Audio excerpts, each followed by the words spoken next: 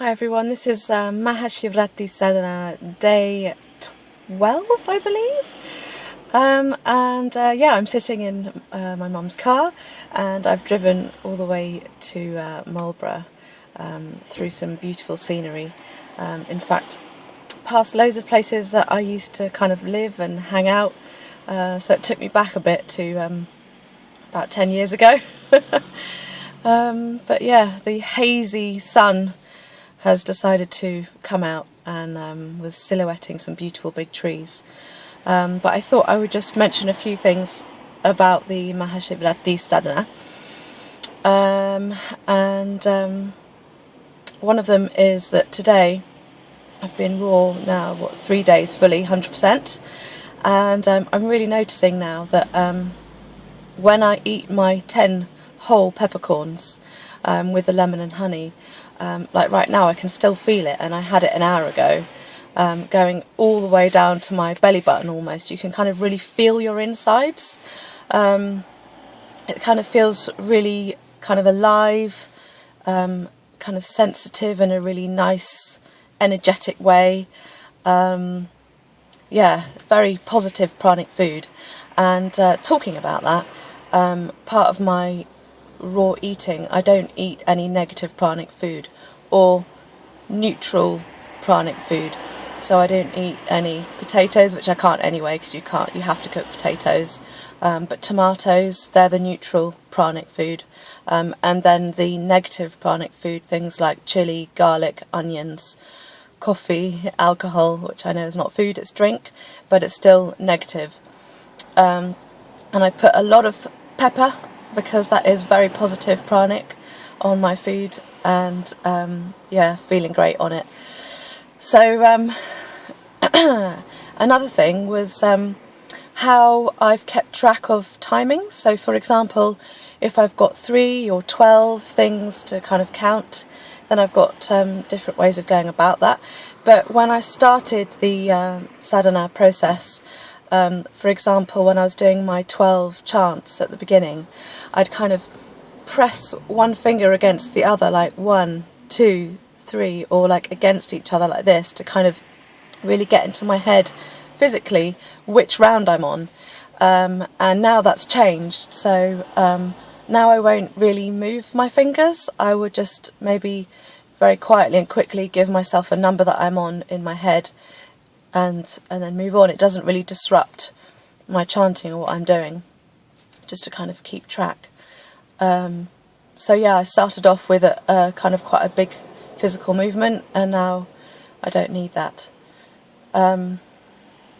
Something else that I wanted to talk about is to do with energy. And when you sit in meditation, if your energy, or this is my experience, if my energy is low, and maybe I'm a bit kind of off track with my yoga practice, and I haven't been doing it so much, or I haven't been eating so well, or I'm tired and my energy isn't so good, my hand posture that I put on my knee, for example, to rest there, or my upper thigh, will fall out of position and fall out of place, and I'd have to kind of purposefully bring my hand back to position.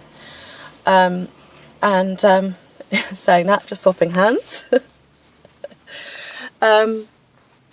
Yeah, and when you have this kind of energy flowing through you with your meditation or your yoga practice or your chanting, it's kind of like the energy is holding you in place without you needing to put any effort into it.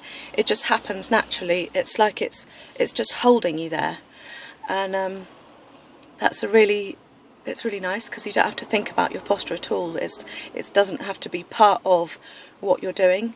You can forget about how you're sitting, or there is no discomfort basically, because the energy is flowing so well within your body that it's just holding you there effortlessly. So the physical part of sitting there doesn't come into it. You can literally then just be with whatever's going on inside. So yeah, that's happening more and more, just that strength of energy and that strength of just being there in the moment without the physical thing being an issue.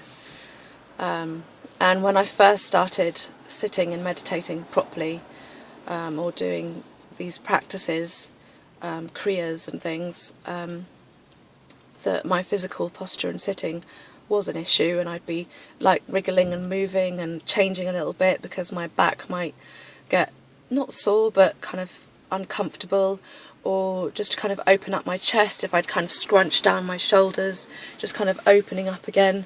It's not really something I have to consider anymore, which is really nice. Yeah. Anything else I have to say?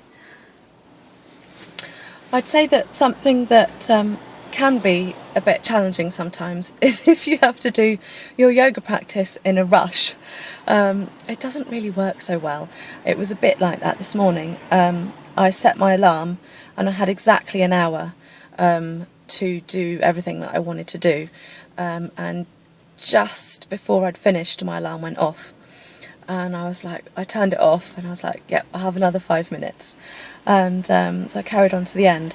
But still, that kind of knowledge and that feeling that you are under pressure to do it in a certain time takes away some of the magic.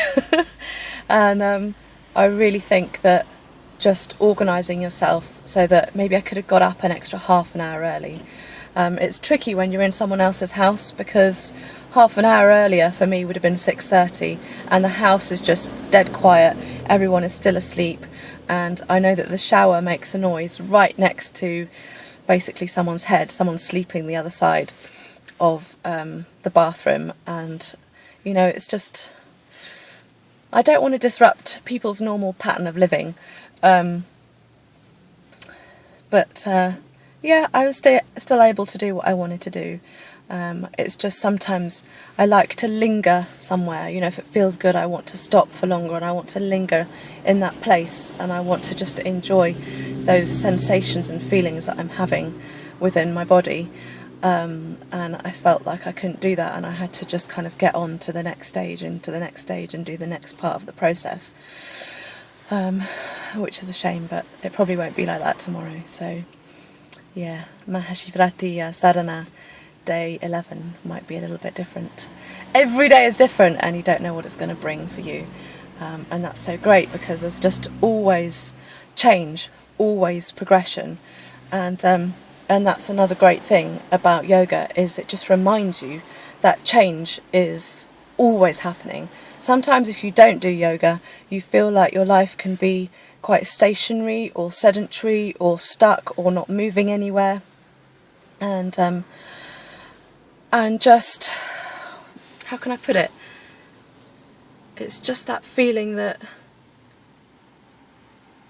there isn't, some people have a fear of change, and it's kind of a real issue for them, and they don't want change to happen because they don't know where it might take them, or they're scared of future happenings or experiences.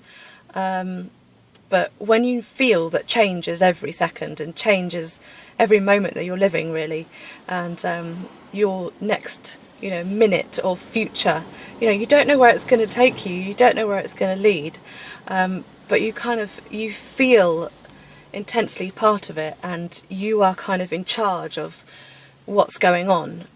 You're not being taken by life. You feel like you're leading your own life and you're taking it in the direction that you want it to go in, kind of thing. Yeah, anyway, that's another story a bit. But it's time to have a meeting with my friend, so I'm going to sign off now, and I hope that this Mahashivratri Day 12 was interesting for you, and that it might have made you think a little bit about what's going on in your life, and maybe you can compare it slightly to what I'm talking about, and maybe you can press subscribe or like and comment below, and if there's any little blogs that I see that would be interesting relating to what I've said, then I'll put those in the link below as well. Thank you very much, and namaskar. Bye bye.